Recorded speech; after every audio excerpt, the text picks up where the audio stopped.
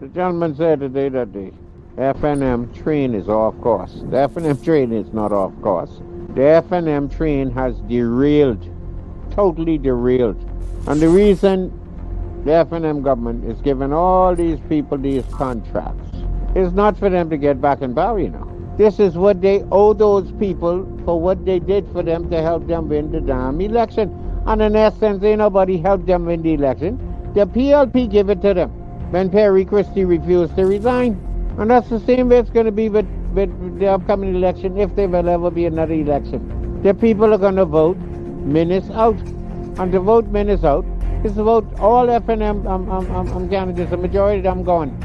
And Mr. Minnis realized that they have messed up so bad, and all this information now coming out that they were hiding for so long, them and all the other damn governments, all the other party who will judge, all of them involved. Minnis realized the FNM finished, the FNM cannot win the next election. So he is now paying out what he had promised those people. They're trying to get as much as they can because they know they're not going to be in power. And like I said before, the only party I see, and that's an unofficial, it's an official party, but it's not the official opposition, it's the DNA. They're the only one who's talking about what they would do. I hear the PLP come up with nothing yet to say what we will do different. So if they think they could just sit back and ride along and wait until the last minute to talk about campaigning, to give people promises, people looking at those promises as when it comes up, if they don't say anything about this now, it's idle promises like all the idle promises before. It's a new generation. Even the old people who have voted FNM and PLP are fed up with both parties. Both of them. They neglected the damn masses. People are fed up with this two-party system crap. This is a new generation, a new breed. And things has to change. And I look forward to it. I look forward to it.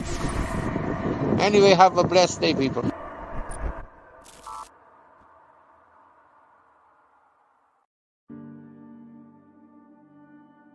Regarding Brent Simonet, they said that he funded my election campaigns. Hence, I don't speak out against the man. I never spoke to the man in my life. If he has money to give out, I would advise him to give it back to the poor. Because that's where he got it from. Me and your taxes. If anything, I give Brent money, not the other way around. Never forget, we the masses make the rich in this country rich. We pay our taxes, I know I do. We take out the loans. We buy the food, the clothes, the building materials, and everything from the rich. They have everything on lockdown. The PLP and the FNM need to make up their minds. Which one is it? One says a vote for the DNA is a vote for the PLP. The other says a vote for the DNA is a vote for the FNM.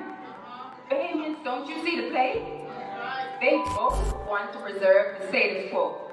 They want to keep us out because we will overturn the status quo. And I make no apologies for that. It's time to elect a DNA government. I said it's time to elect a DNA government.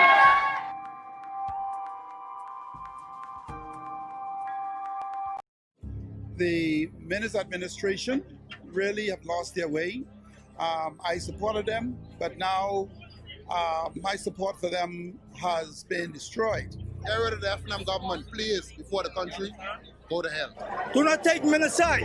This ship is going down. The Titanic is about to hit the iceberg. Please make a decision. Just help the people vote and put y'all in power. Y'all make promises. Just keep one. Just keep one. We paying back now. Just keep one. You can't live there. They told us that the babies, the pregnant people, and the elderly people were supposed to be first preference. We still have babies here. We still have elderly people here. Right. So they're not living up to their word. Minnis is too miserable. He have to go. Yes. God, that they have to do what they say they do, and they do nothing. This time I decide not to want to give them an X if I was dying. No, because we see, guess what? In the place like this, say. You cannot allow these people to constantly do us the things that they're doing. Right. Look at the Prime Minister, Minister, he said it's the people's time. What kind of people? His people. Not even his people. He forget who put them in the House of Parliament.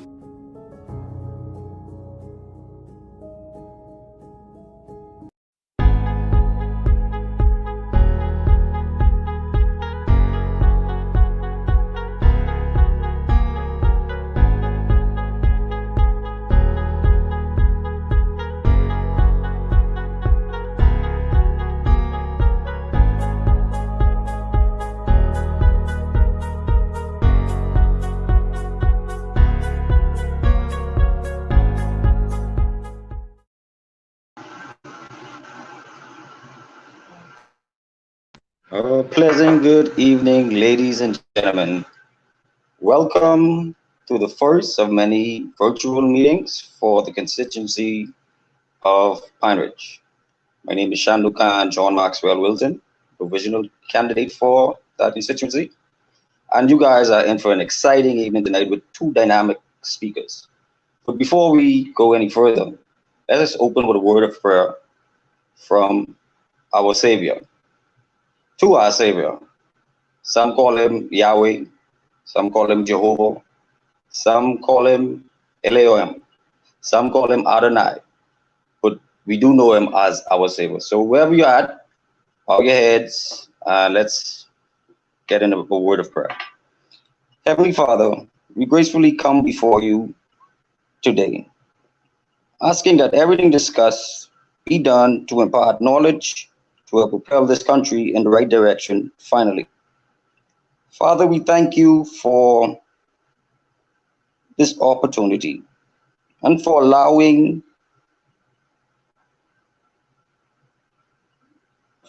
us to be here at this point, especially in this COVID environment. Lord, we are thankful that you will always be accessible to us, because it has been said that the Bahamas has a tongue of the ocean to be on the global stage vocally, but most importantly, so we can have a listening ear by you and to always have your attention. Father, we honor and praise your name. In your Son, Jesus' name, amen. All right, we'll now have the national anthem.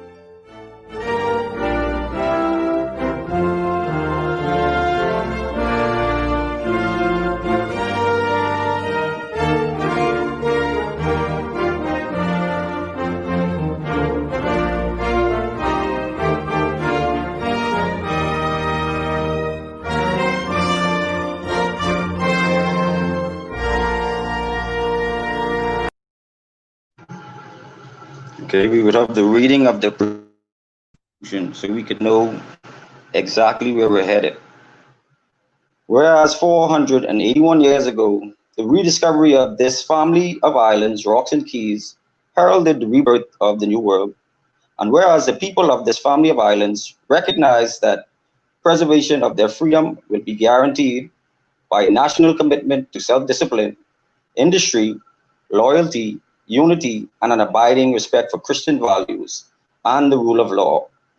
Now know ye therefore, we, the inheritors of and successors to this family islands, recognizing the supremacy of God and believing in the fundamental rights and freedoms of the individual, do hereby proclaim in solemn praise the establishment of a free and democratic sovereign nation founded on spiritual values and in which no man, woman, or child shall ever be slave or bondsman to, or their labor exploited, or their lives frustrated by deprivation, and do hereby provide by these articles for the indivisible unity and creation under God of the Commonwealth of the Bahamas. Now we're going to get into the meat of what we're here for this evening. Our first speaker, he needs no introduction really, but he will get one anyhow. He's a man that has paid his dues as a educator, a principal at the Grand Bahama Catholic High School, but everybody know him as an environmentalist. So without further ado, we have Mr. Joseph Davel.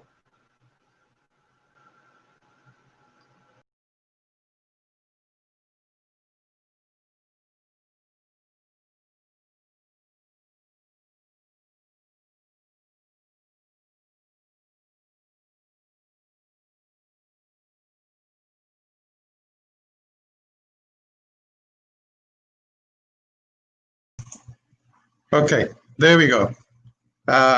You can hear me now? Hello?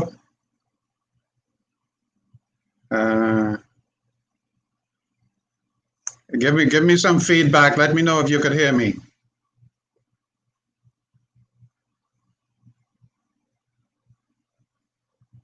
Yeah, we can. Okay, we can hear.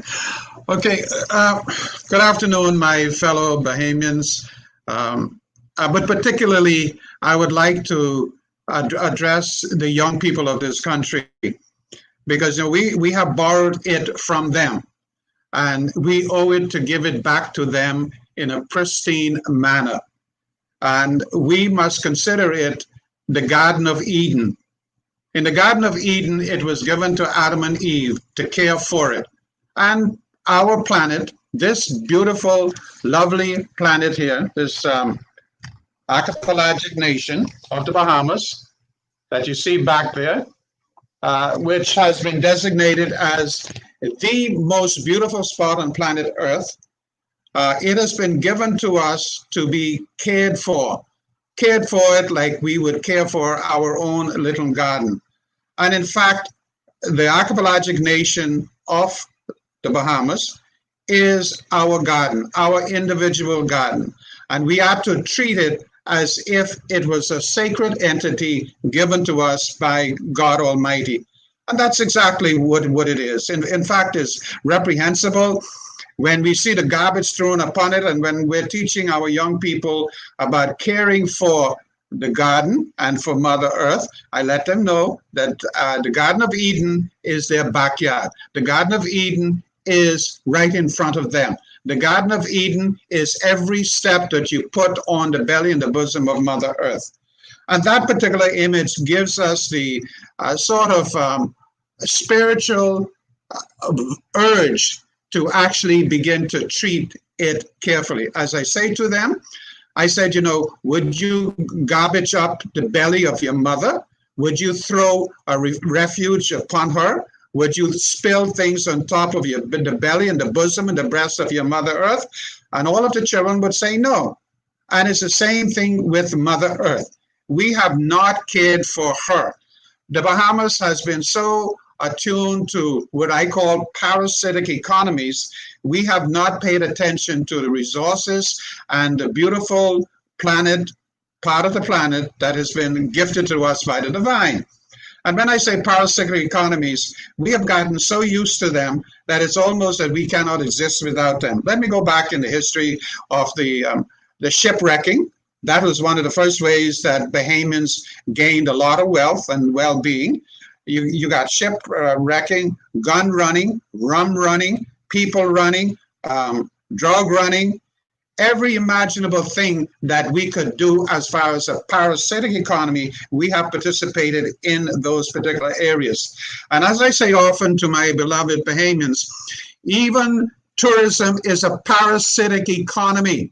It is parasitic. It does not come from the creativity and the generosity of our heart in terms of our own way to eke out a living in this particular country that has been given to us on planet Earth.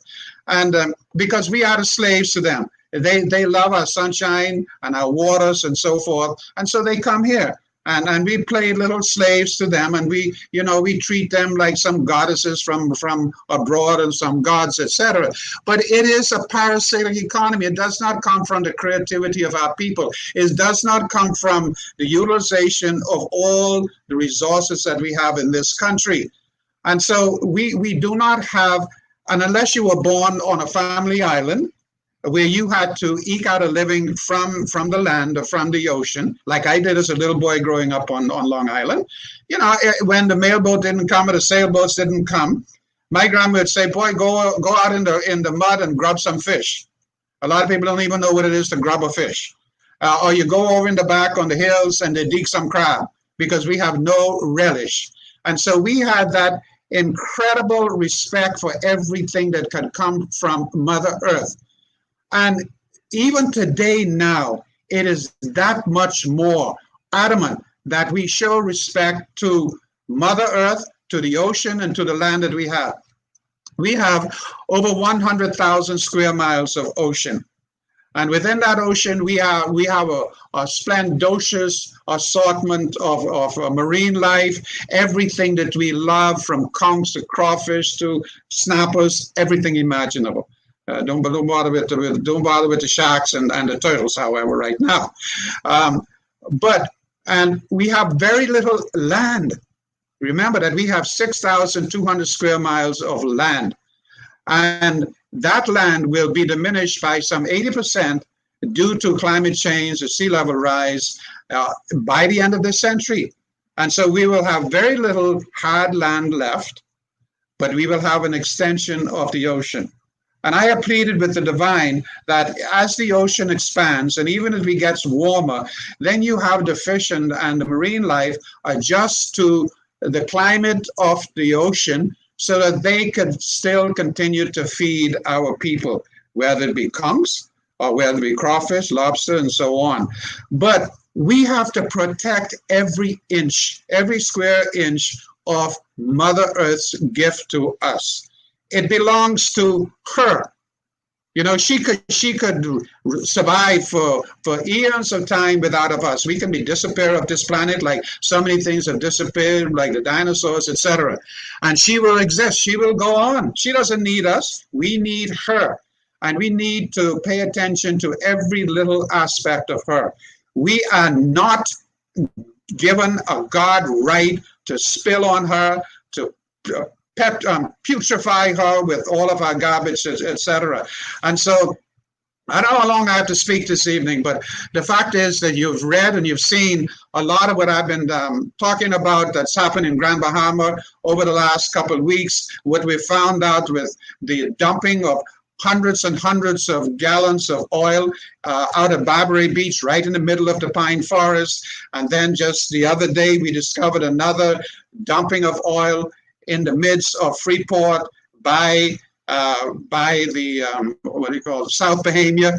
And so all of these things are testimony to how ignorant we are about how we should care for this planet, how we should care for every little bit of soil. I give God thanks I grew up on the family island, because we used to, and I see the same thing recently out on the Keys, where people still sweep the dirt. Even dirt can get dirty with stuff that should not be there. And that's how we were attuned to care for every inch of our planet. And God help us, because if we're not going to care for it, it will be taken away from us. And gradually, as with the climate change, the sea level rise, the ocean is coming in, and we have to adjust to that. This is why, I'm very adamant about teaching our children. They need to learn to swim. They need to learn how to dive. They need to learn how to build boats. They need to learn how to fish. They need to know how to go out on the ocean and become captain of boats, They need, but in the meantime, when we still have some arable land, like on the major islands like Andros and Grand Bahama, Long Island, Eleuthera, Cat Island, and so forth, we have the ability to produce all of the food, about 100% of the food that we need to survive. Tourism will not be here forever. In fact, we've been given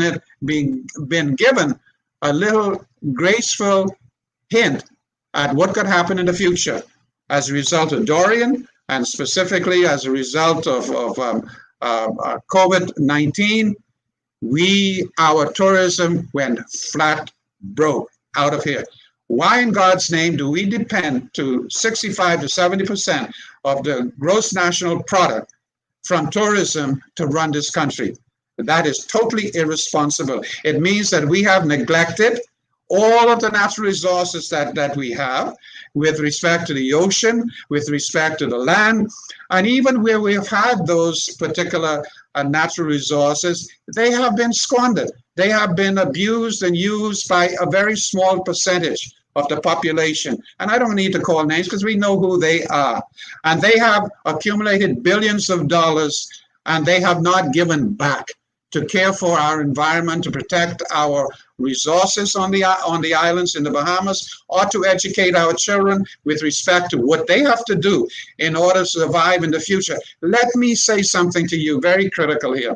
Before Dorian, before COVID-19, 39% of the population of the Bahamas were living at or below poverty level. Right now, I would estimate that that's 59% of our population is living on or below poverty level. Thank God we had the abundance of NGOs that poured in here to feed us, to bring us water and sustenance, and that is still what is being used to keep our people alive and to have a hot meal on a daily basis, whether it's in Nassau because of COVID-19, or whether in Grand Bahama or in Abaco as a result of Dorian. And so these particular aspects, they are given to us not as a punishment, but as a warning from the divine that we need to get our act together. We cannot continue as we have done in the past. We need to make sure that all of the resources that we have, and those that can be accumulated from the green economy, from sunshine, from wind, from the ocean, all of these elements that we have, they can produce everything that we need as for a green economy in order to keep our people surviving. But we need to teach our people that we no longer belong to the University of Wolf Road. That was a farce that created a lack of wisdom, not knowledge and understanding, and not knowingness in our people. And they thought that, because we took over from the white minority, that, hey, we don't have to do anything. And immediately, what did we do? We developed a whole another parasitic economy, the drug trade and so forth. And our young men would rather stand on a corner and sell drugs than go into the fields and plant some grains or corn and to grow something to feed themselves. And so that type of misconduct that we have had in our community, in our country for so many years, beginning immediately.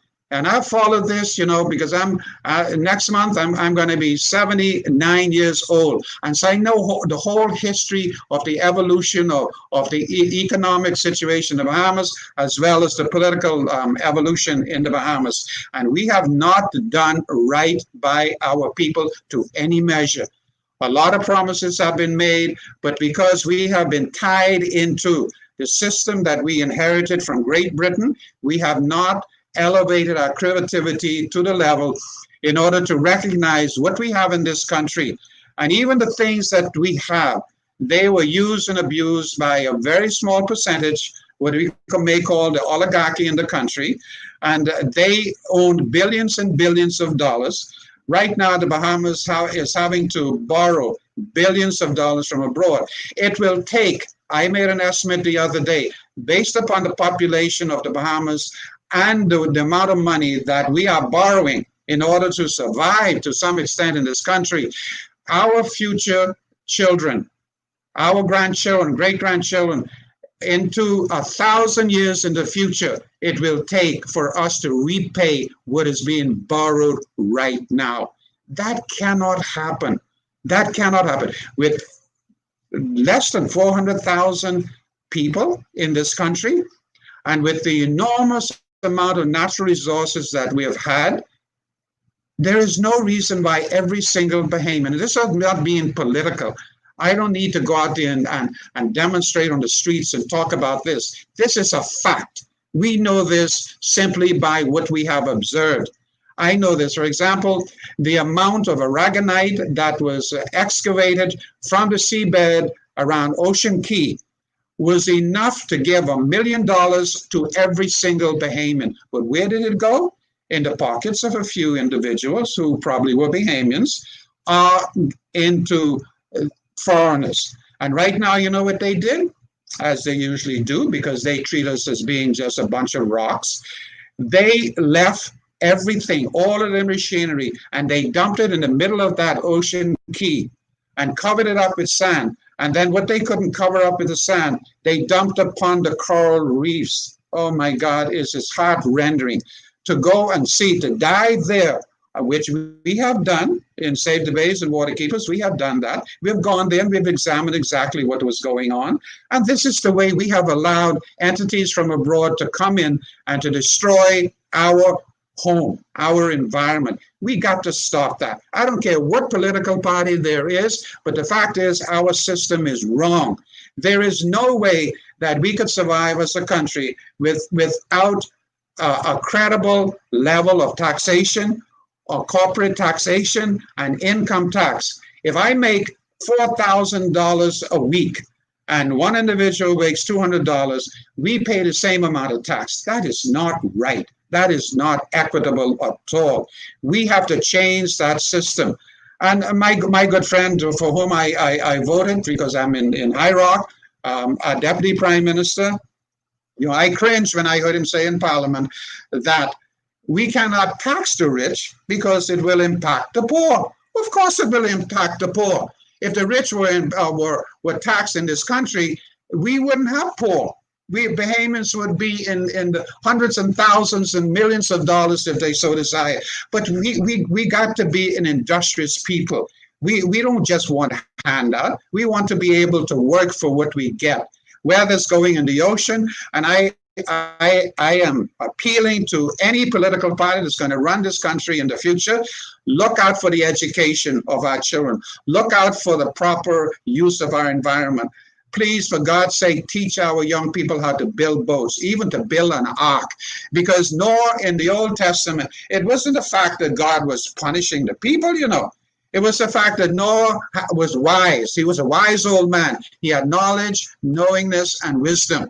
Those three to put together. If you just got knowledge and you don't have knowingness and wisdom, you're a dummy. And Noah knew that something was going to happen. He read the signs, he read the environment, and he knew that he had to get his people together because the floods were coming. And this has happened for eons of time on planet Earth, you know, where we've had floods. Even these Bahama Islands, recently I did a scuba diving course, and I went to, my deepest dive was 90 feet to the bottom. And this was 1.5 miles off the coast of Grand Bahama. At that depth, there were high mountains of rocks on which all of these corals were growing. And you know what they were, where those rocks were? They were the 10,000 years ago, the coast of Grand Bahama. These islands were all underwater. When on Long Island, my Grammy said, boy, go over the hills and Miller's Hill and dig some crabs. And we go over there, you know, which is 170 feet high, not as high as the highest hill in the Bahamas, but a high one, good enough. And I dig down in the rocks, and what do you find there? Buried in the rock are conch shells, which mean in the past, those islands, all of these islands were underwater, and they were risen up, and we were created to be in this place to take care for this environment. Now, so all of this goes hand in hand. I might be rambling here, but I'm not, because this is a focused instrument of how we're going to create a conscientious way forward, mindful of our children. We cannot neglect them. Our children are being seriously neglected. The abuse of our children is absolutely pandemic, epidemic. If you're talking about COVID-19 being a pandemic, the abuse of our children is, and I'm not even talking about physical and sexual abuse, I'm talking about economic abuse. Because if they're in families where those families can't even find a meal on a daily basis to feed them, they are being economically abused. So are their parents. And this is because we have had, over all of these years, beginning to the original part, UBP, and the PLP, and now the FNM, and whatever constitution is going to be into the future, we have to change that. We have to make sure that in an island, in a country rather, of less than 400,000 people, we have enough resources here so that every person can go to bed at night. And we have to recognize that we got to care for our children in this regard. We cannot not do this. For God's sake, you know, we have to revamp the whole procedure. And if the DNA can do this, God bless them. If the PLP can do it, God bless them too, but they haven't done it in the past. And presently, the FNM is not doing it in the present. Because when you have a situation like we have at present, for example, with the amount of poisonous stuff that's being dumped on the belly and the bosom and the breast of Mother Earth right here in Grand Bahama, and let me tell you this, that I think it was under the PLP government when they passed the law that every disposable item, there would be a tariff put on it, so that it would be called environmental tariff, which meant that the government was giving itself the responsibility to care for the environment, for anything that dumped upon it. And who cleaned up the oil spillage out at Barbary Beach? Who's going to clean up the mess in South Bahamian? Who is going to clean up? In right next to the oil spillage, I counted 33 refrigerators dumped there. I didn't even try to count the stoves and the air conditioning units and all of these things indiscriminately dumped there. And let me tell you, on one tire, and that is one of the greatest problems of dumping, not only in Grand Bahama, but in Nassau and probably in all of the islands. When anyone buy one vehicle tire, there's a tariff of $6 on that. The $6 is called environmental tax, a tariff. That money all goes into the general fund. It is not, to my knowledge, not one dime or $1 has been spent to clean up our environment. If one of the companies here has 500 used tires, they should call on the government to say, come on, pick up these tires because you made us pay for these tires, which we passed on the charge to the people who put them on their vehicles, and you pay for them to take them to the sanitation and to have them, recycled, which is the only place where they can be done in Grand Bahama. The same thing with the oil. Every quart of oil bought and comes into this country, there is a tariff on it, environmental tariff. So why is it that all of these little places, these garages, can just go dump all of their used oil and stuff on any place in Grand Bahama? Or even the large companies that dumped about 5,000 gallons of oil out in Barbary Beach, that they could do that? And I know that they have arrested the 2 people who actually supposedly dumped it there. But that's only half of the equation. Where did it come from? Were they paid, or did the company pay to have that oil transported to the landfill? That cannot happen in this country. Beginning today, beginning tomorrow, for God's sake, you know, I appeal to the powers that be. The DNA is not in power, so they have no access to the money. Spend the money that has been collected over the years for environmental production, for environmental safeguards, for environmental tariff, and put it to clean up our islands, put it to clean up. When we took our environmental students out east and go to the Gap in Grand Bahama, oh my God, it was unbelievable. For miles and miles and miles, that is there is more garbage dumped along that route than there is taken to the landfill here in Freeport. And we have the best landfill And I will be interviewing Lou Carroll tomorrow because he's one of the greatest guys who cares for our environment. He's the general manager of the landfill in Freeport. We have the best landfill in this part of the world. And everything can be taken there, all of the oil, all of the tires, and they can be recycled. But they cannot take them without them being paid. And if he charges $1 per tire that people bring there, they refuse to pay that. So they just put them in the truck and just dump them in the pine forest all over. For God's sake, this is not the way that we care for this magnificent planet, this magnificent archipelagic nation that's been given to us by God Almighty. So all of these go together, the education of our children. And for God's sake, I appeal to the powers that be, to the oligarchy of this country. Let up some of all of your thousands and billions of dollars in order to have all of necessary instruments for our children while they have virtual classes to be able to do it, and even support all of the systems that bring it into the homes. Get, as I appeal to my government, hire all of these young people who are out of high school and have this knowledge about computers and so forth, and all of the people who are coming from the University of the Bahamas, University of abroad, give them a little job and let them go, and you examine them carefully, because we don't want no hanky-panky going on the homes of these people, especially with their children. Let them go into the homes and assist our children and the parents learn how to use these instruments in order to continue their learning. We already at a D- average in this country. And now with this pandemic, we're going to have a pandemic of ignorance unless we put more money into the education, unless we become conscientized that these children of ours have to be properly educated. That's our responsibility, for God's sake. God bless this Bahama land, but please, good Lord, put some common sense in our leaders. Open up their hearts and their minds. Like the good old, Solomon, he didn't ask for riches. He probably had all he wanted because, he's a knowledgeable man and knowingness. He asked for wisdom. He asked for wisdom. And that's what we need to ask for in this country.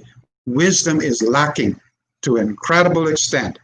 And if you can have all the knowledge you want, and you can even know how to do things, but if you lack wisdom, that's a criminal path that you're going to follow. So I plead, all these people are looking out for our children, and you could follow the things that are written with respect to the comprehensive view on the education of our children going forward, or I could send you the dissertations that are written with respect to that. A lot of stuff about the environment. If you go on the water side, Save the Bays, Waterkeeper site, you go on Save the Bays, Facebook, you'll find so much information. But my heart is in this country, and I have voted in the past for PLP. I voted for the FNM. I usually vote for the person I feel is going to do the best for the country, and particularly for the constituency in which I need to vote.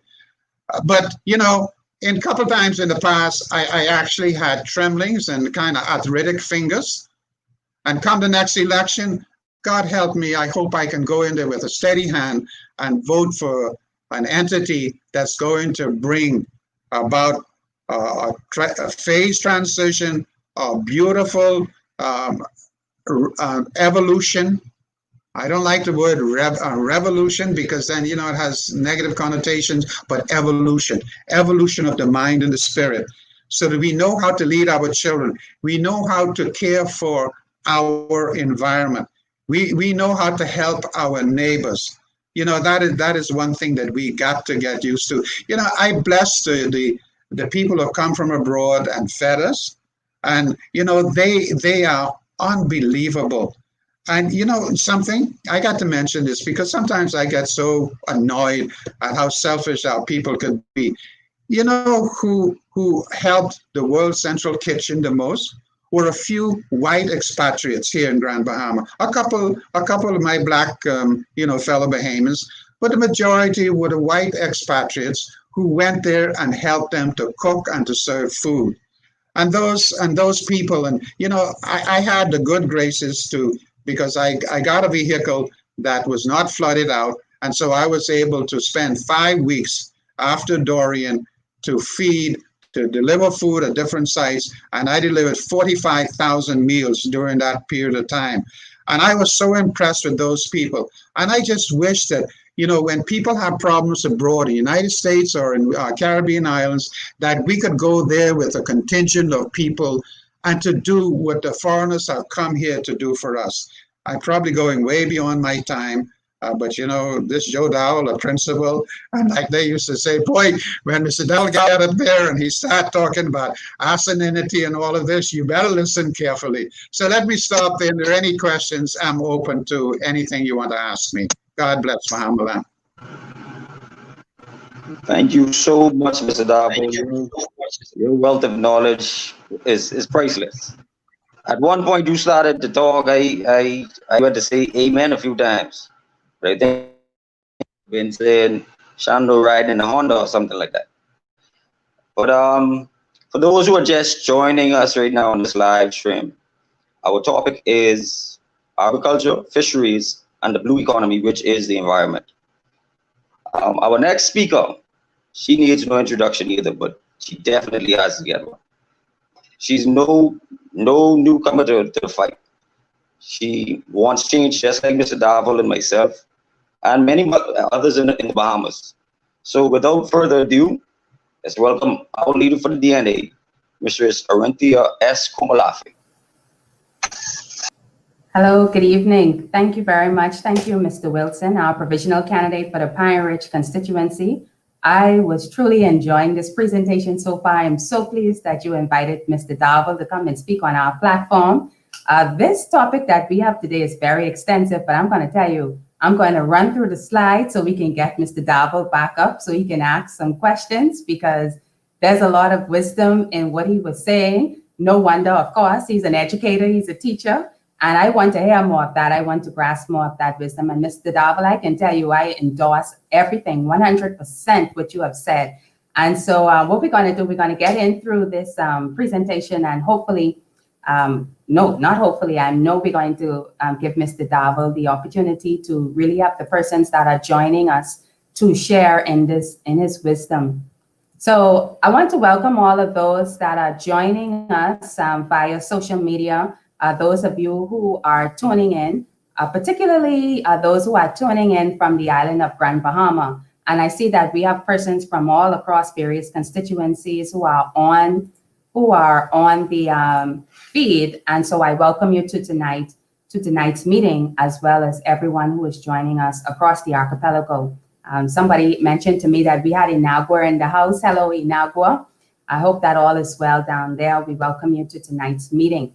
So as I said, I'm going to go through the presentation. It's a heavy presentation. We're not going to go too deep into everything, simply because it's a very vast topic, but also because we want to get Mr. Darvel back on. So we're going to be talking about the new Bahamas, and in this particular meeting, and agriculture and the blue economy. So what are the strategic goals that we have as a DNA party once we would have ascend to the halls of power and become the next government of the Commonwealth of the Bahamas? Of course, our number one priority is to achieve food security. You heard Mr. Darvel speak to that. We agree on that. Economic diversification, meaning that not just relying on these twin pillars of tourism and financial services, but adding more industries to those pillars, more pillars, so that we are able to withstand the shocks of things like hurricanes and other natural disasters, as well as now as we see a pandemic. Increase our contribution of the productive sector, 10% of gross domestic product by 2032. So we want to increase agriculture, which is well below the contribution to GDP right now, to at least 10% within the next 10 years, or within 10 years of the DNA becoming the government. We want to improve market access for agricultural products for those in the farming industry, those who are fishermen, and those in agribusiness, and the implementation of agroeconomic zones. We keep hearing about these economic zones, but when they talk about them, they only talk about them in the context of giving it to foreign direct investors and to foreigners. But we are looking at the promotion and the implementation of agroeconomic zones, where there will be tax incentives, tax concessions, cost sharing, infrastructural sharing, labor sharing in these particular zones that will lower the cost of farmers and fishermen and persons involved in this industry, so that they are given a greater opportunity to prosper. And we're talking about Bahamians, the promotion of Bahamians in business, being at the forefront and being the owners of our industry, particularly in agriculture and the blue economy. Improve agricultural and marine research, and we'll get a bit into that as we go in, and develop a climate resilient agricultural sector. Of course, we want to develop the agricultural sector in the Bahamas, but we also know that we live in a hurricane belt, and we have all of these natural disasters that we are subject to.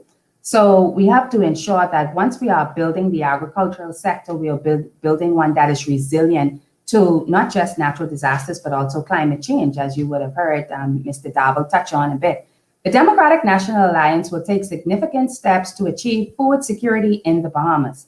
It is our view that as a nation, we must make every effort to be in a position in which we can feed ourselves and increase foreign exchange earnings from exports. Right now, most of our forex comes from tourists who come here, as well as foreign direct investors who build hotels and other small industries.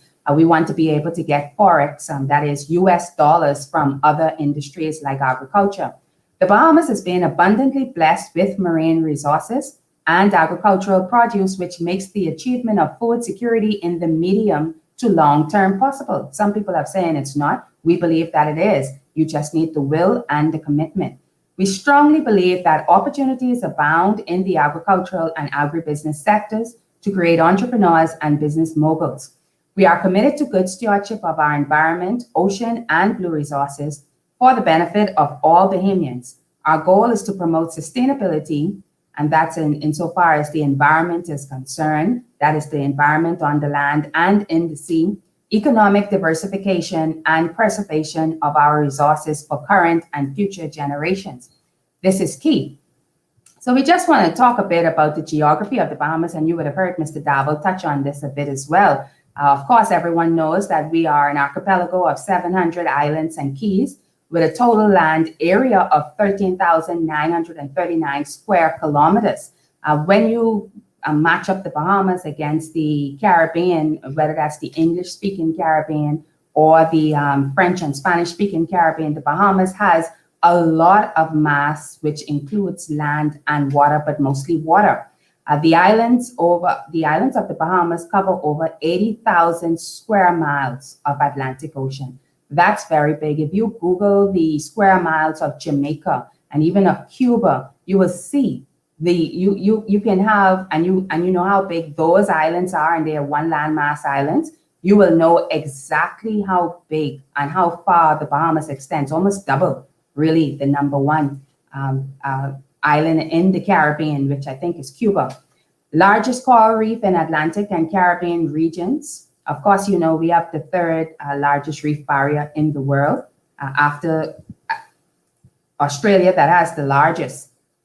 And so those are just some quick facts about the geography of the Commonwealth of the Bahamas, and shows you exactly where we are as a nation and the vast extent of our resources. You know, they've told us for so many years we have no natural resources, but you're an archipelago with all of those square miles of marine resources, and we have not tapped into that, and that's why we want to talk a bit about it today.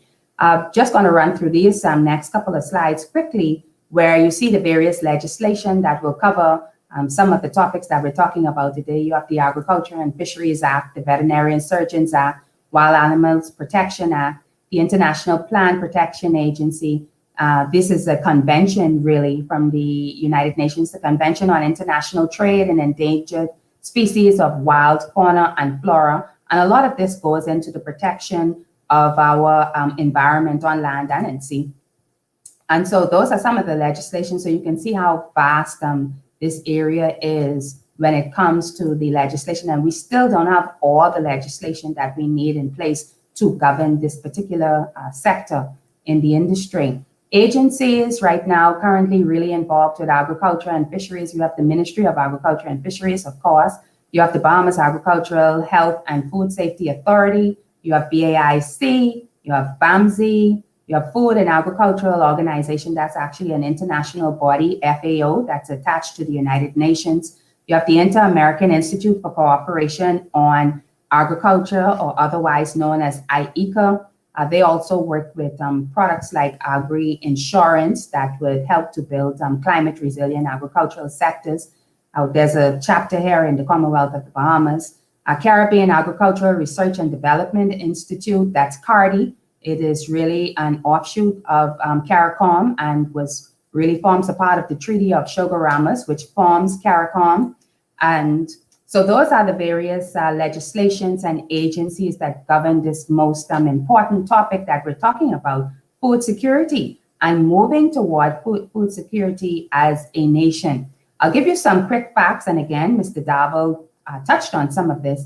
The Bahamas has 245,737 acres of arable land in the Bahamas. And you can see right here, that's just the Bahamas, that's the entire Bahamas.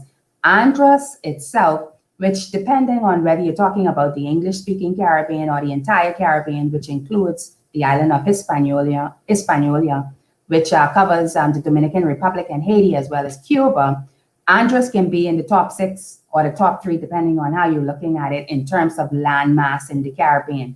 And of all of the arable land that's in the Commonwealth of the Bahamas, Andros accounts for 134,000 of it.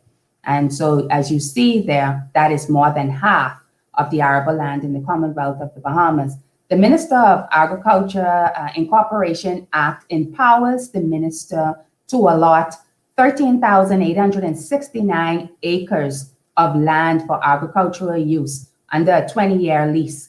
And in Abaco, 61,000 of the arable land, there's 61,737 acres of arable land, and the act empowers the minister for 11,737. And in Grand Bahama, of this 245, 30,000 of that is on the island of Grand Bahama, of which the act empowers the minister to have a lease for 10,642 acres. So you see the vast potential that we have to develop agriculture just on these 3 islands alone. Andros, which we've always been saying for years, is the breadbasket and will be the breadbasket of the Commonwealth of the Bahamas, and the DNA intends to make it that way.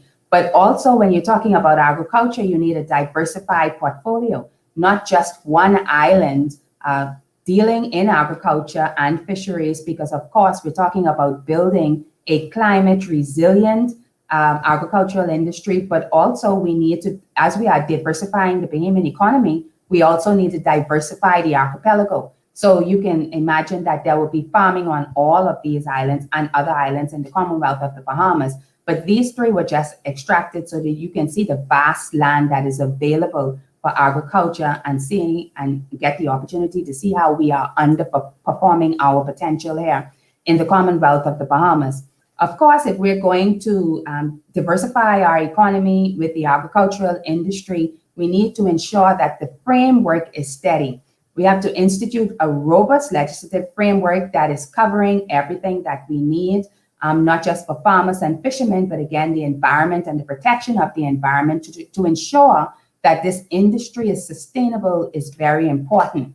We have done well in trying to see how we can keep the tourism and the financial services industry sustainable by putting in place all the legislation that we need, a lot of it from external pressure, as we are moving toward developing our country for our benefit and for the benefit of Bahamians and successive generations. We must be sure that the framework is as strong as it can possibly be. So we must ensure that it is also efficient. And a part of the framework for the DNA in agriculture is to implement a structured national backyard farming program that's going to be across the archipelago. We want Bahamians to get back to subsistence farming. Of course, we knew before we had tourism and financial services, we were what people may call a farming village and a fishing village. And we need to go back to basics because we need to be able to take care of ourselves as well as exploit our natural resources for the benefit of Bahamians and the Bahamian economy. And this also includes a national youth and educational agricultural program. And I heard Mr. Davos speak about all Bahamians being able and should know how to swim. Our children specifically he spoke to. And if you look at our education platform We call it ACTS, and the acronym in ACTS, the S speaks to a Learn to Swim program. And we fully endorse that message because as an aquapelagic nation, you would think that the number one skill, or at least technique, that your people should have is swimming. And in addition to that program, when we talk about ACTS, it's 4 A's, and one of those A's speaks to agriculture. So we will be introducing agriculture into the education system so that our people are exposed to it from as early as possible. And this program will also be in the schools where the children will be farming, and we'll be encouraging them to farm at home. So what do we need? Of course, one of the biggest part of farming is land, and that is the challenge that we have today. And this is why we've always spoken so strongly about land reform. Access to land is a crucial part of the factors of production. What are the factors of production? It's land, it's labor, it's capital, and it's entrepreneurship. And this particular aspect is normally one of the biggest issues that Bahamians have because they don't have access to the land. Now, you saw the slide where I said all of the land, the thousands of acres that the minister is empowered to allot for agricultural development, and yet we are still underperforming. So we will ensure, a DNA government will ensure that there's access to land by conducting a comprehensive land audit across the archipelago of the Bahamas and zoning these various land based upon the purposes, the economic purposes that we want them for, whether it's for agricultural development, whether it's for commercial purposes, whether it's for residential purposes. This is what the purpose of this audit will be, all in an attempt to reach this goal of granting access to land to the Bahamian people. So we will want to remove the oversight from the office of the Prime Minister. Right now, if you want Crown land, there is one man or one woman, depending on who's sitting in the office, who can sign the document and say, we're going to give John Doe, Bahamian from Andros, or John Doe, Bahamian from Grand Bahama, a piece of acreage to be able to farm or do whatever it is on that particular Crown land, and that should not be the case. This is why we've been talking, and this features in our 2017 platform, and we continue it moving forward, the creation of a land bureau, which will keep a register and a log of all of the land in the Commonwealth of the Bahamas, those 250,000+ acres that I said to you, but it will also put it in an independent body who will be able to opine. So this whole access to Crown land is not going to go by kisses and favor, and whether you're a PLP or an FNM or a DNA, you just have to be a Bahamian that meets the criteria and the qualifications to have access. And so we also speak about the revision of how Crown land, and that's with the creation of the Land Bureau, but commonage land and generational property is viewed. And we're not going to get too deep into that, but I'll just touch a little smidget on it, that persons have access to commonage based upon their airship or based upon their ties on a particular island, and generational property as well based upon the family positioning on the property. But some of those properties cannot be used for commercial purposes. You can only have access to them to build on them. We want to be able to look at a revision of that particular policy so that Bahamians can be able to use it for commercial purposes if they needed to get not just access to land, but access to capital. Like I said, if you need to go to the bank to borrow funds for development. But the caveat will be no transfer of this land can go into the hands of foreigners. It's commonage property, it's generational property. It can only move down the family line, or it can only move within to a person that is of Bahamian heritage. And this is to ensure that we are able to keep these properties in the hands of Bahamians. Coming now from land reform, looking at fisheries reform, obviously we need a zero tolerance on poaching. You know, some of our Caribbean neighbors that come here all the time that are fishing in our waters, taking advantage of our resources, not necessarily being careful, not being mindful of the timing of when they can fish in our waters, which can have an impact on our resources not being there to be sustainable, to ensure that our agricultural industry is sustainable. So we, of course, propose a zero tolerance on poaching, and we'll talk a bit more about that in terms of stiff penalties further down. A regulation of fish farming. Of course, we already have some regulation with count how much is exported, but also when we can farm for things like crawfish. You know, you have open season, closed season, and there are other species that they may be looking at and considering open season and closed season. All of this is in an attempt not to reduce the income of the fishermen, but to ensure that the resources are there for as long as they can be, so that we have a sustainable industry. Of course, upgrading the marketplace. We're talking about places like Pawtuskee-Talk and Arawaki, and really putting in the upgrades and the infrastructure there so that our fishermen are able to function in a clean and nice and decent place where Bahamians and tourists alike can come and patronize the market. We look at this, there's something like if you go up to Washington, the state of Washington, where salmon is their biggest fish that they sell up there. You can go right on the water on the marketplace and everything salmon is there. You can get salmon conch chowder, you can get salmon chowder, salmon, everything is made out of salmon, but it's a fish market where you are able to go and persons go there. It's very big, it's very huge. It's actually one of the biggest tourist sites there.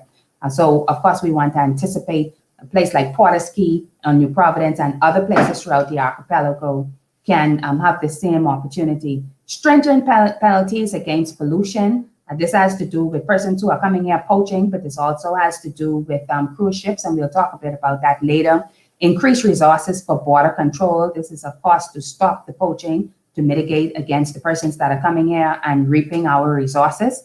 And access to capital via blue bonds and public-private partnerships. We need to be able, as a government, to put substantial backing behind this industry so that it can really have the impact that we want. You heard us say that we want to get to 10% of gross domestic product within 10 years of coming to office. That's going to be done by raising funds in different ways. And there are blue bonds where we can try to raise a couple of $1 million initially so that we can have a substantial investment into this industry. And of course, conservation of our marine resources is key. Just finishing up this particular slide, we need to explore techniques for aquaculture development and production. This is going to take some research because there are some inherent risks in there in terms of the impact it can have on the environment. While we want to diversify the economy and ensure that there are other sources of revenue and foreign exchange earnings for our country, we do not want to put a disadvantage to the safety and to sustainability of our environment. So we're going to, but of course it's there for us to explore, and the management and protection of our aquatic resources and increase fish export and market access. So when we're talking about increasing foreign currency earning, the main way for us to do that is to export our fish to the region and to the global market. And so we talked earlier about expanding the market. That was a strategic goal for our fishermen and for our farmers to be able to export our goods. And of course, always keep in mind that we must do this in a sustainable way. Forestry, I'll just run right through this, but obviously it's a part of agriculture. And those of you in Grand Bahama, of course, you have some of the biggest forests there compared to a lot of the other islands, but forestry is big all across the archipelago, and some of the main vegetation types are pine and coppice and mangrove. Of course, Andros is big for that. Pine, Grand Bahama, is big for that, among other places. 80% of the forest vegetation is on crown land. That shows you if 80% of the forest vegetation is on crown land, then it's incumbent upon the government to ensure that we are conserving the vegetation of these different forest areas and vegetation types, because these things have a great impact in terms of preserving and conserving the environment. We must have sustainable management of our forests. They're good for biodiversity, soil and water conservation. And we must increase the public awareness and education. And that's where persons like Mr. Davel, who have been a champion and a voice in this particular area for longer than we can speak. You heard he said he's coming up to almost, for 80, almost 80 years. So, he's been in this fight for a very long time, almost double my age, more or less. And so we must increase public awareness and education. Bahamians must understand that, especially as we're looking to diversify the economy, how important it is to preserve our environment. And so the protection, these mangroves or these pine forests, at times, they serve as a protection of natural defense against natural disasters. What they do, especially mangroves, they suck up carbon emissions. And this is why they are good defense mechanisms against climate change. And climate change, we know, is as a result of the carbon emissions that are out there. Mangroves are a natural defense, and the fact that 80% of it is on Crown land just shows you how the government must be serious and take this particular area very important, because clearly the Bahamas is in the zone or in the firing line when it comes to climate change, rising sea levels. You heard Mr. Dowell talk about the fact that arable land that we live on is going to be shrinking as time goes on. Crop farming. So we're getting now into farming. We talked about fisheries, we've talked about forestry, and now we're getting into farming, and there are different forms of farming, and these are the areas that we'll be focusing on. We talked about agricultural zoning, so whether that's for crop farming, livestock, and so on and so forth, but there must be zoning. And then we can do these zones by islands, and we can identify which particular islands will focus on which particular crops. Could you imagine 200 acres of just mango trees, or 200 acres of, just orange trees, or 200 acres? As far as your mind can take you, you should just think about it, the capacity that we have to be able to move toward food security. So all of this has to be buffered by the right infrastructure, packing houses and storage facilities, pest and disease control management. This is something that not only impacts crops, but also impacts livestock, and can even impact resources in the sea, animal and life in the sea. Advanced technology for productivity, agri-insurance product development. So all of this ties into when we talk about building a climate resilient agricultural industry. And like I said, IECA, who I mentioned earlier, is one of those agencies that focuses on giving insurance or ensuring that there's some level of resilience in large-scale farming. Large-scale fruit and vegetable cultivation, and this is why I talk about our tropical fruit trees, and you'll see exactly what we're going to do with those tropical fruit trees. There's so much potential in what we can do with that. Livestock, and we just talked about crop farming, now livestock, allocation of land for livestock. Of course, all of that will come under the zoning. Improved animal husbandry practices, advanced disease control programs. So you heard me say diseases impact not just crop, but they also impact livestock. Some of you know about the foot and mouth disease, which was something that happened, I think, with the cows. There's just so many diseases that can take hold of livestock. Sustainable animal breeding framework, animal waste management, subsidies to facilitate expansion for local farming. This is key. And this is why we talk about those blue bonds, and that's in the blue economy. But we need to be able to increase our subsidies to local farmers if, in fact, we are serious about developing the agricultural industry. Animal feed management improvement is going to be key as well to the sustainability of this particular aspect of the sector. Robust disease control system and focus on zoology, which is really the focus on the animal kingdom, the study on the animal kingdom, and public health initiative.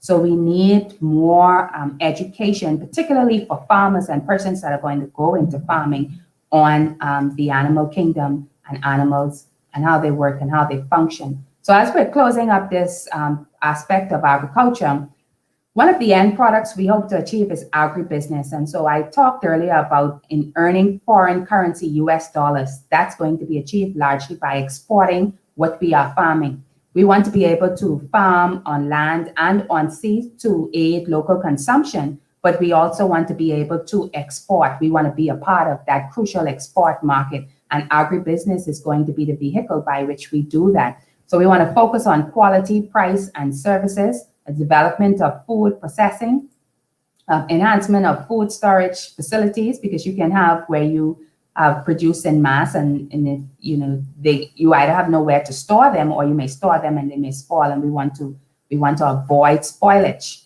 To creation of the Bahamas Food Pride program. So you heard me talk about those acres and acres of land of these tropical trees. And what can you imagine? We can take the pineapple that we are now farming on Eleuthera, for example, and other places, but primarily on Eleuthera, and taking them from the ground and persons just eating them in the store, but also putting them in the can. Right now, we're buying Dole, we're buying Del Monte, we're buying Libby's. I'm looking to promote a Bahamas Food Pride program where you can encourage more food processing and take that same pineapple and put it in the can.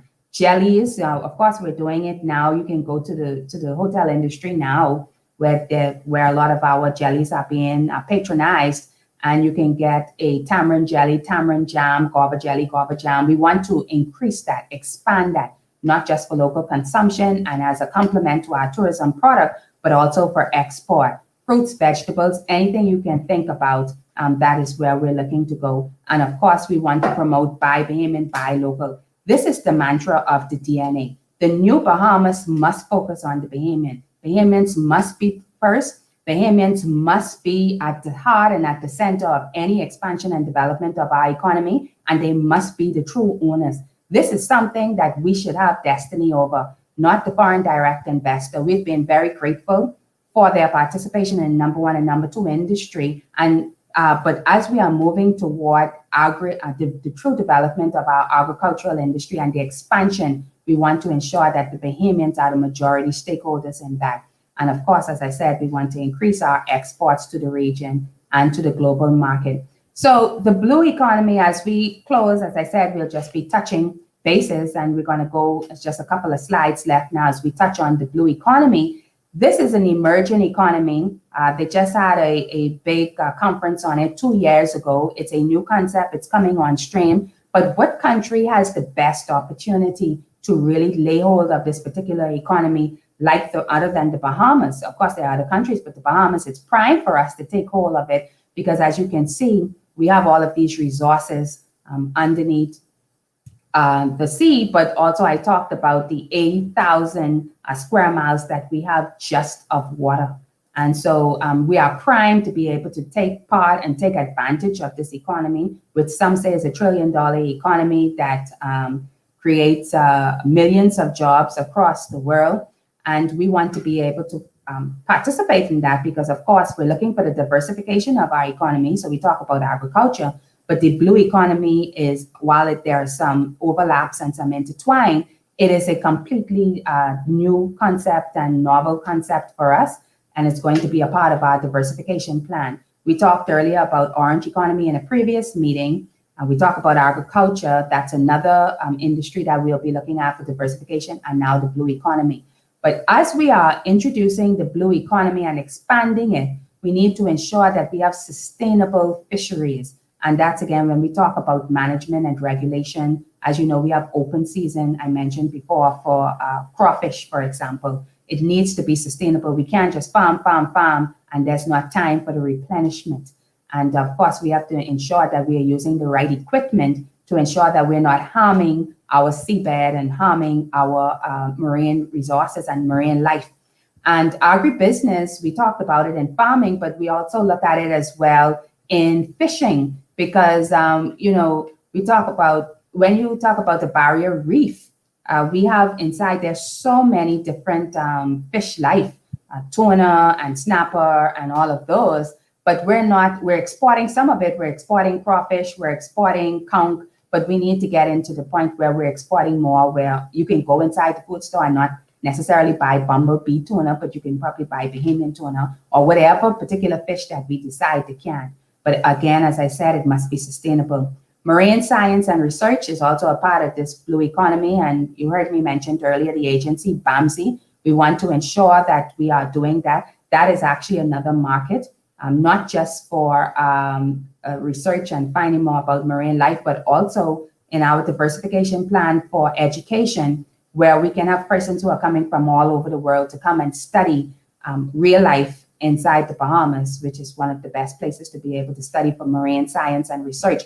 Ecotourism, not everybody wants the resort style tourism. Persons just want to be able to have the natural landscape. They want to be able to go snorkeling and scuba diving. They want to be able to go fly fishing, bird watching, all of that. We need to be focusing on that. That is a part of the blue economy. The prevention of illegal dumping, that's oil, that's the trash that is coming from these cruise ships. Of course, we are a cruise ship country. We're proud of that. And the fact that we have more than 5-6 million people that come here on an annual basis. But these cruise ships have been guilty and have not been held accountable for the dumping that they have in our waters, which, if we continue to allow it to go unchecked, will cause this not to be a reality. And that is sustainable fisheries. So we need to be focusing on that as well. Coastal and marine life preservation. This is a true part of climate change, and it's a real reality that we must be mindful of.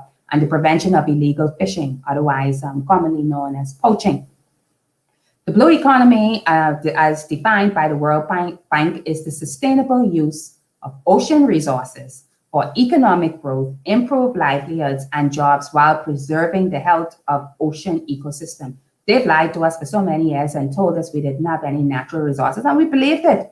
But we are an archipelagic nation with a vast land, square miles of ocean resources, as I mentioned, of ocean. And there's so many resources that are underneath there, as you are seeing from the blue economy, that we can take advantage of for us to be able to improve our livelihoods and expand our economic growth. But of course, we must ensure that we are balancing that with preserving our ecosystem and ensuring that it is sustainable. I can't stress that enough. So what are some of the key words there? We talk about sustainability. I've said it time and time again: ocean resources, economic growth, preservation, ocean ecosystem. That's really just coming out of that quote. What is the DNA's commitment? Our commitment is the protection of our coral reefs, combat marine pollution, and this is why we talk about these stiff penalties, and the preservation of our mangroves. Remember, I said that 80% of these vegetations are on crown land, so that has to be a commitment of any government that is ascending to office. And also, there's that's a familiar face right there. There's Mr. Davo, who is on the platform now. We're going to turn it over soon. Our commitment, the enactment, implementation, and enforcement of strict environmental laws is the major priority of the DNA. And so you see there, Mr. Davo, always there champion, always there fighting the cause for the preservation of our resources and environment. Our future clearly depends on this, because as we see that this is an emerging economy, and as it is emerging, I want us to be mindful of this. Persons are going to be looking over the world to see where we can come. Where they can come to take advantage of it. This is why we need to get ahead of it and make sure that Bahamians are at the forefront of it and taking advantage of this economy for the benefit of Bahamians. So furthermore, our commitment, the dumping of waste and oil in Bahamian waters by cruise lines and sea craft will be addressed by strict laws and stiffer penalties. These persons must be held accountable, because if you look at our water as what is going to be a major part of what is going to sustain us, and if you look at it like the way you look at your house and you want to preserve your house, this is what the water is for the Commonwealth of the Bahamas. And so we can't have these big companies and these big agencies. Yes, we like the fact that they bring millions of persons here, but they must be responsible when they're coming inside our territory, and they must be held accountable for any offenses that they would have committed. In the same vein, damage to our seabed will not be condoned, and we must preserve our marine resources. So in ecotourism, I talked about it. It is untapped potential. We need to expand it more. We need to focus more on marine life research. A lot of that is going to go on around here. Of course, it could go across this whole archipelago. You see, all of that is that 80,000 that I talk about. The third largest barrier reef just off of Andros, meaning it's the third largest living organism. It is so much in potential, and there persons want to go there for snorkeling, for scuba diving. That's a part of this ecotourism. The blue holes that we have, Long Island and so many other places, and bird watching all across a lot of our chain of islands in the archipelago. So I want to thank you. As I said, we go through it.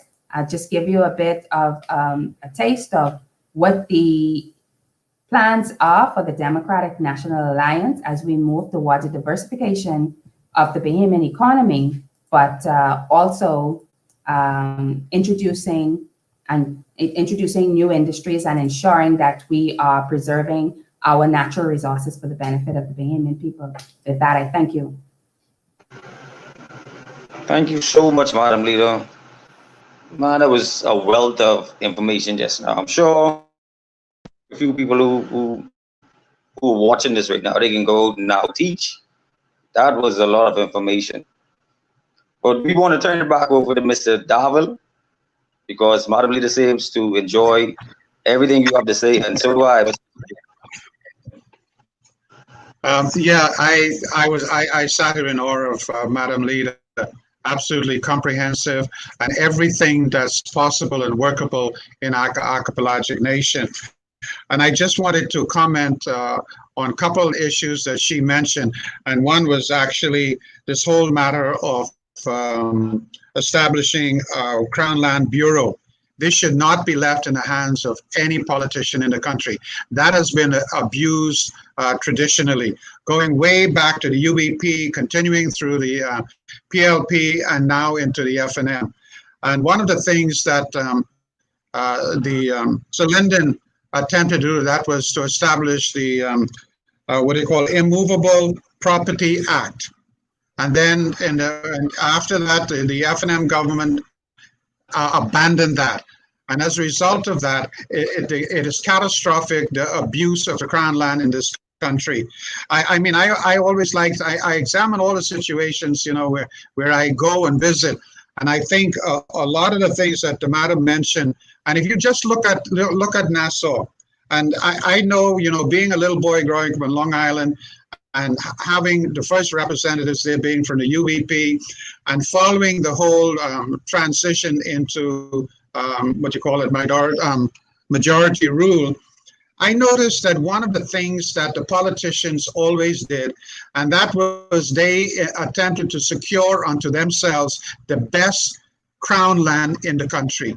If you look at New Providence, for example, if you look at it, you could count on one hand the coastal area going all the way from eastern Nassau, New Providence, going all the way west, going all the way around in a whole area. You probably can count on one hand the number of regular Black Bahamians who have any ownership in anything along that coastal area. That is reprehensible. That is not fair. It's as if, we still live on a plantation. And that's the way the Crown land on the Family Islands. I know so many examples of people have called me and begged me to make representation to them to the Crown land office because, they put in a request for 5 acres of land to farm on, to grow stuff, and they wait for 20 years and not even getting a response. That is not the way it should be done. And talking about Crown land, when I came to Grand Bahama, Madam Leader, in 1977 as principal of Grand Bahama Catholic High School, when I saw what was happening, because then I was also part of the National Drug Council when we established it, and I saw what was happening to the young people and what they had to do in order to say that they had some money in their pocket. They all wanted to become drug dealers, sitting on the street corners, selling drugs, etc. That was the trade that they thought that they wanted to be. And even when we did a survey in the schools, the majority of young men came up with that they would rather do anything, but they wanted to do selling of drugs. So I said and I wrote a dissertation, I wish I could find it, back in 1977. I gave it to the then PLP government. When they went out of power, I gave it to the FNM government, that every Bahamian becoming age 18 in this country should be given at least 1 acre of Crown land. Even we have thousands or hundreds of thousands of square acres of land, Crown land in this country. Every Bahamian needs to become an owner in their country. I did an estimate with someone that probably is really wise man. And we came up with the estimate that between the age of 18 and 35, 90% of Bahamian men and women don't own anything in New Providence. Nothing. They rent. They pay to somebody else to live in a house or apartment, etc. That cannot be, because as I said to the government back then, that we were establishing ourselves to be the pariah of the young people, because no ownership, they're going to come back and they're going to destroy the country. And if we don't look out in the future, with so many people now not being able to go to university, etc., we better look out for these young people, because they will become tyrants in this country. They need to survive. And the survival instinct in people, even if 2 people are out and they don't have anything to eat and one dies, they're going to eat that person. That's part of the instinct of survival. And we got to be watching out for that. We need to have that wisdom. And my mother, Madam Leader, so many good things that you said and about the land ownership. Every Bahamian, as I said, need to be owned, and all of that stuff you put in there about the marine environment. For God's sake, we cannot allow those idiots out of Great Britain to come in and to destroy. And even this part on the seabed, when they even touch that base of the sea, it's going to send vibrations throughout miles and miles and miles. And there go the shrimp, there goes the turtles, there go the shark, there go the dolphins, there go the whales, because they cannot stand that. And so we got to be mindful and know that we have enough resources without destroying what God has given us. And I was reading some of the comments. I want to say thank you to all those people who gave me gracious comments in there. But there's so much stuff in there, Madam Leader.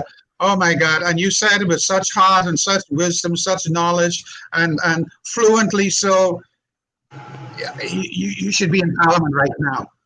You should be in Parliament right now, because we need people like you have this comprehensive view of everything. Oh, the one thing I was going to mention, and I hope the people I'm going to be talking to on Friday when I'm on Global 99 talking about the proper way to dispose of oil and other carcinogenic materials.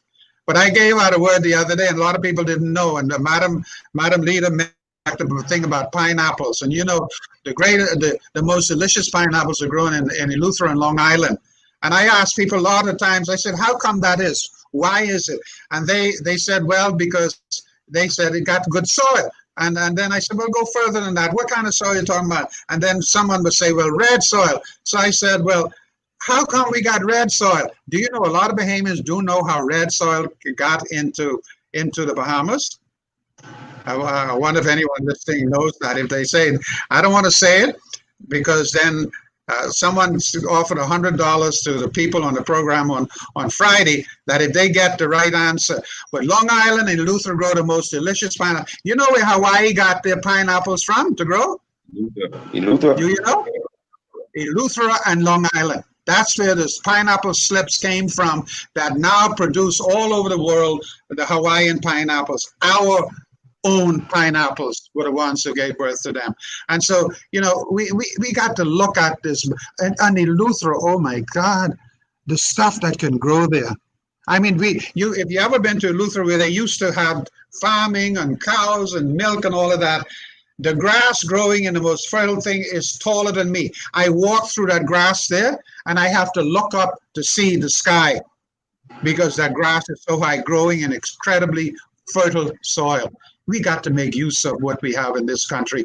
I had a gentleman on my show last week, a week before last, and I asked him, I said, he works for customs. And I said, sir, please tell me, you are there when all this stuff is coming in from abroad. I said, tell me about what's the percentage of all the food that we consume is coming from abroad. He said, Mr. D, at least 85 to 90% of it. That cannot be. When we have all of this, and what Madam Leader talked about by the ocean and the exportation and the aquaculture, we could grow enough gray snappers in this country to feed the world, because they're easy to feed. They're around the mangroves all the time. We could catch about 500 of those little young ones and put them in an aquaculture thing and feed them. And don't let no one down no mangroves. I used to grub them out of the mud in Long Island. Delicious fish. When there's no relish came from Nassau, that's what we survived on. So, yeah, Madam, thank you so much. Any questions you have, or anyone else who may be writing in?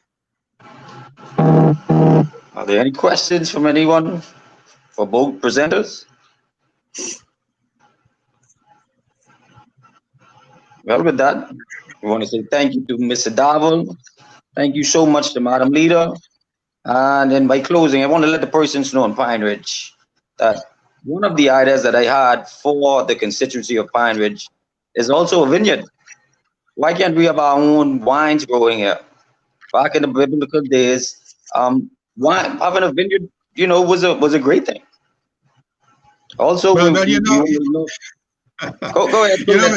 Mr. Milson, if you really want to get to the heart of the people, and I'm glad you mentioned this about growing, because I'm working with the minister for Central Grand Bahama, Aaron Lewis. He's from Waterkey, so he used to grub fish too, like I did on Long Island, and we started that community garden because that's where we found the oil that was dumped there. So you need to get the young men, because you know what's happening out there? We have about 25 young ladies and probably 5 or 6 young men. What's wrong with our men? Are they given up being able to produce? They rather sit in bars and drink on a Saturday morning rather than coming out there to learn how to grow. And you should see the stuff out there. I mean, we planted, what do you call it, cantaloupe seeds on the 26th of September. And now we got cantaloupes growing out there this big already. You know, Mother Earth can give us so much. Let's appreciate her. She's the belly and the bosom. We come from her. 99% of what we are come from her. And we're going back to her. It's just the soul breathed in us by God Almighty. So let's respect her. Let's get from her what she could give to us and appreciate everything. So I'm very happy that you had me on so I can put my stuff out there. And God bless you all. Continue the good work. And I hope you're great success in what you're doing. And thank you so much. I'll see how my fingers feeling in the next election. Thank you very much. I could avoid arthritic fingers by signing my vote. But I will register. I have to register to vote. God bless you all, Madam Leader, and thank you, my brother, for inviting me on. Thank you so much. I also want to let the persons know in Pineridge that one of the other things we wanted to do for Pineridge is the logging of those dead wood that they used to be pine, but the salt water has killed them out. So we can log them up, ship them out as firewood. That can also be another form of revenue. And also a proper recycling program like Canada and UK, how they have the proper recycling, going on over there. But in closing, I want to leave this analogy to people. I know we may see that it's a bit hard right now, but seems a bit rough. If you take your battery out of your vehicle, you take your battery out of your phone, your battery out of your electronics, on one side you will see positive, the other side you will see negative. There's no action that can take place without both positive and negative interacting to make something happen. So even though it's looking grim right now for us, that's a part of the process. And like Matthew 19:26 says, with God everything is possible. Folks, wear your mask, wash your hands, sanitize, proper protocols with your physical distancing, and let's greet and meet each other on the other side of this pandemic. We love you guys. Have a good one. Have a great evening. Thank you. Thank you all. Pleasant evening to everyone.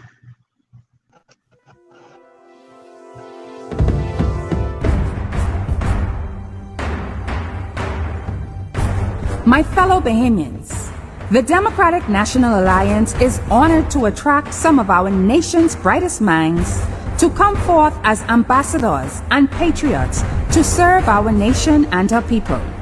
For almost 10 years, we've been leading the charge for access, inclusion, and the empowerment of our Bahamian people. As we approach another general election and make this clarion call for candidates, there is much work to be done. And all across the Bahamas, the people are saying, we need change. This fight for real change will not come easy. This journey is not for the faint of heart. Thus, we remain thankful to those supporting our cause. We are encouraged by the applications from many across all walks of life who have decided to lend their talent and resources under the banner of the DNA in pursuit of our Bahamian dream. The DNA requires more agents of change to apply for candidacy to serve as future members of Parliament, ministers, senators, ambassadors, statutory board members, and other positions that are required in the governance of a nation. Yes, we continue to welcome our passionate, critical, courageous, and forward-thinking Bahamian patriots. Your country needs you now more than ever. Join the Green Revolution for a new Bahamas, which demands ownership of our resources, access to land, entrepreneurship, quality healthcare and education, and the inclusion of all Bahamians. We welcome your courage, compassion, and innovation to bring about a new Bahamas. The revolution starts now. For more information, visit us at www.mydnaparty.org. Candidates application.